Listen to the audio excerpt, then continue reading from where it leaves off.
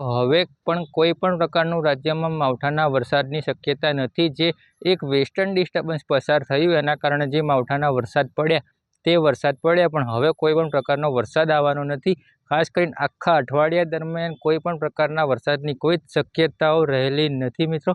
તાપમાન છે તે 2 થી 4 ડિગ્રી ઉંચકાવાનું છે, એટલે 35 થી 38 ડિગ્રી રેગ્યુલર તાપમાન હતું, જેમાં 2 થી 4 ડિગ્રી ઉંચકાશે એટલે 40 થી 42 કે 43 ડિગ્રી તાપમાન થશે.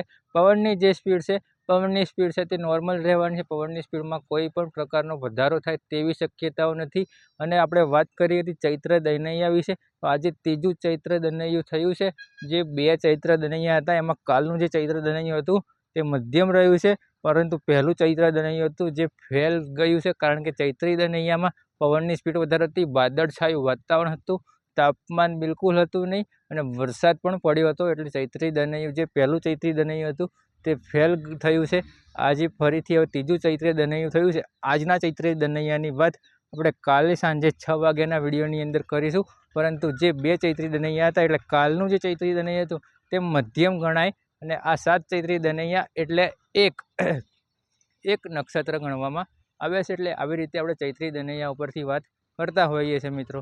એટલે આ વિડીયોની અંદર અત્યારે હાલ પૂરતું તો મિત્રો આવી જ રીતે માહિતી હતી આજે વરસાદને લઈને. અત્યારે હાલ પણ અહીંયા આગળ છૂટાછવાયા એકદમ આછા વાદળો છે અને તડકો વધારે છે. ગરમી અકળાવે એવી ગરમી છે, અકળામણ થાય એવી. અહીંયા આગળ એક વખત બતાવવાનો પ્રયત્ન કરીશ તમને, તો અહીં તમે જોઈ શકો છો.